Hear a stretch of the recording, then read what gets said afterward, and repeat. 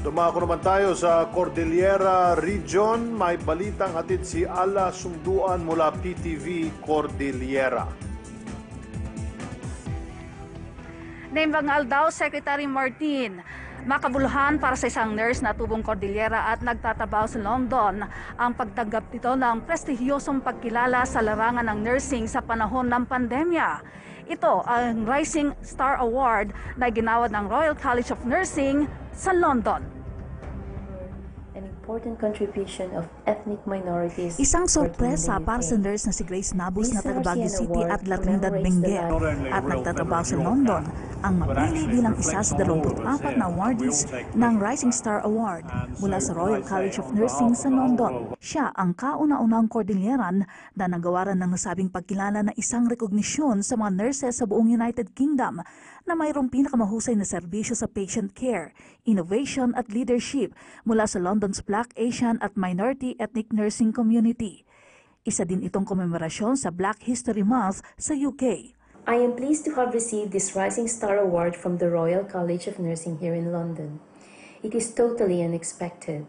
The award has taken me by surprise because I did not expect to be awarded for doing my job. Anya ang rekognisyong iginawad kamakailan lamang ay nagpapatunay din kung gaano kataas ang pagtingin at pagrespeto sa mga Pinoy nurses sa United Kingdom na puno ng dedikasyon at pagmamahal sa propesyon na ngayon nahaharap pa sa mas matinding pagsubok dahil sa pandemyang COVID-19. It shows that we are valued as individuals and as a profession. It also means that the Filipino nurse is up there amongst the very best in the world.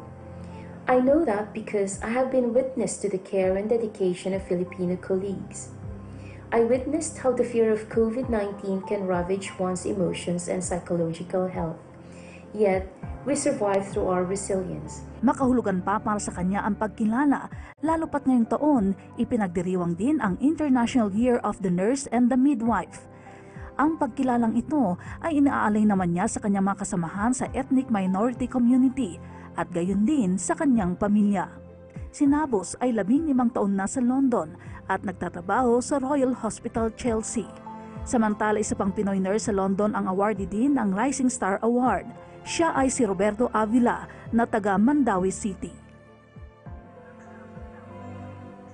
Bukod nga sa kanyang propesyon ay aktibo din ang nurse na si Grace Nabus bilang advisor ng grupong IGROT UK, isang organisasyon na nagtataguyod sa kultura at tradisyon ng Cordillera sa United Kingdom at iba pang bansa sa Europa. Mula dito sa Baguio City, Ala Sungduan para sa Bayan. Maraming salamat, Ala Sungduan mula PTV Cordillera.